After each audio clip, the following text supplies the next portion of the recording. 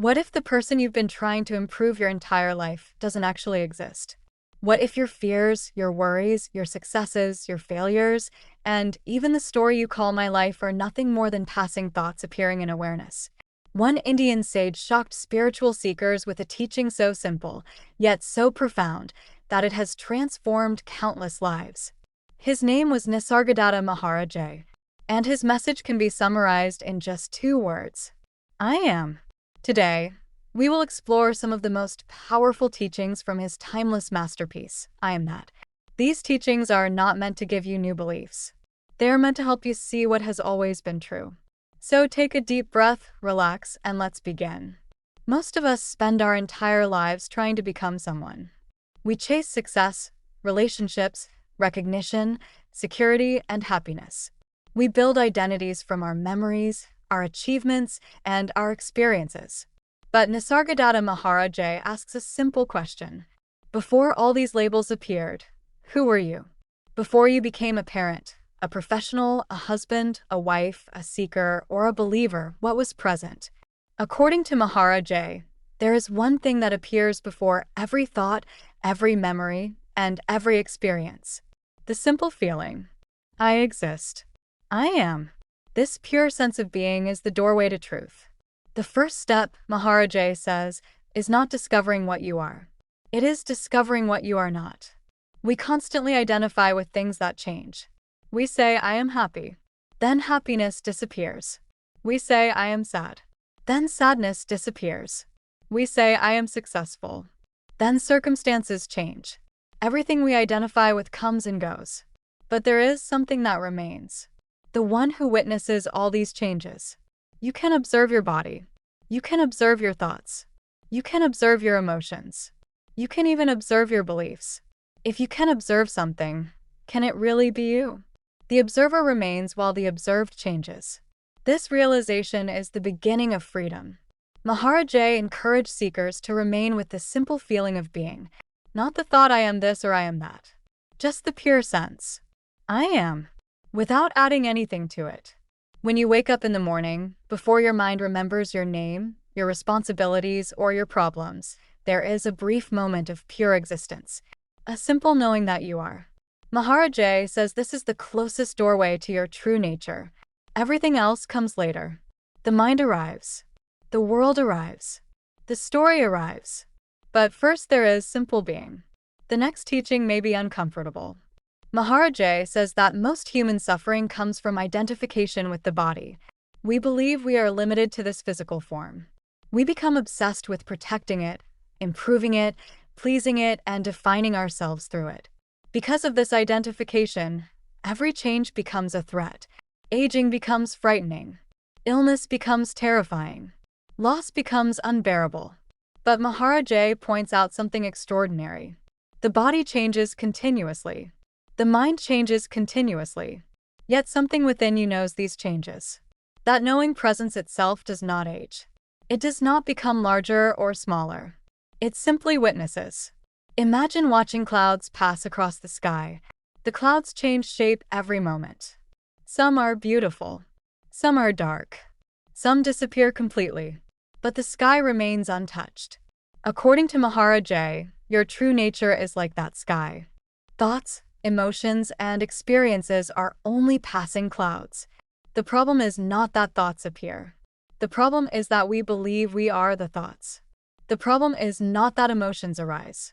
The problem is that we believe we are the emotions. Freedom begins when we stop confusing ourselves with what we observe. Maharaj often said that consciousness is present in everyone's experience. It is not hidden. It is not distant. It is not reserved for enlightened people. It is here right now. The reason we miss it is simple. We pay attention to objects. We rarely pay attention to the awareness that knows them. It's like watching a movie and becoming so absorbed in the story that we completely forget the screen. The screen remains present during every scene. Without it, the movie could not appear. Likewise, awareness remains present during every experience. Without it, no experience could exist. The next teaching concerns time itself. Most of us live in the past or the future. We replay old memories. We imagine future scenarios. We regret. We worry. We plan. We fear. Yet Maharaj reminds us that neither the past nor the future is ever actually experienced. Only this moment exists. Only now is real. The past survives only as memory. The future survives only as imagination. Life itself is always happening now. But the restless mind constantly moves away from the present. It searches for pleasure. It avoids discomfort. It compares. It judges. It calculates.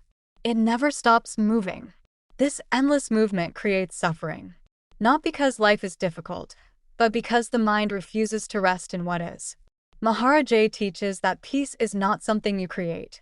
Peace is what remains when mental resistance ends. The present moment does not need improvement. It only needs your attention. One of the most beautiful teachings in I Am that concerns our apparent separation. We look at the world and see countless individuals. Different bodies. Different personalities. Different stories. Different lives. But Maharaj suggests that these differences exist only at the surface.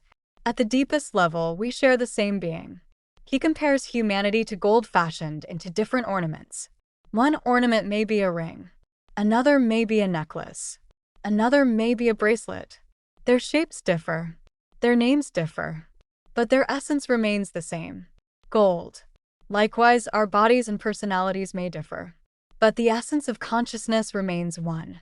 When this is understood deeply, compassion naturally arises. Because there is no longer a sharp division between me and you. This leads us to another profound insight. Love.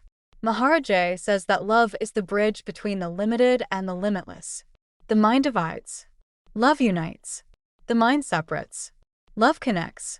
The mind focuses on differences. Love sees wholeness.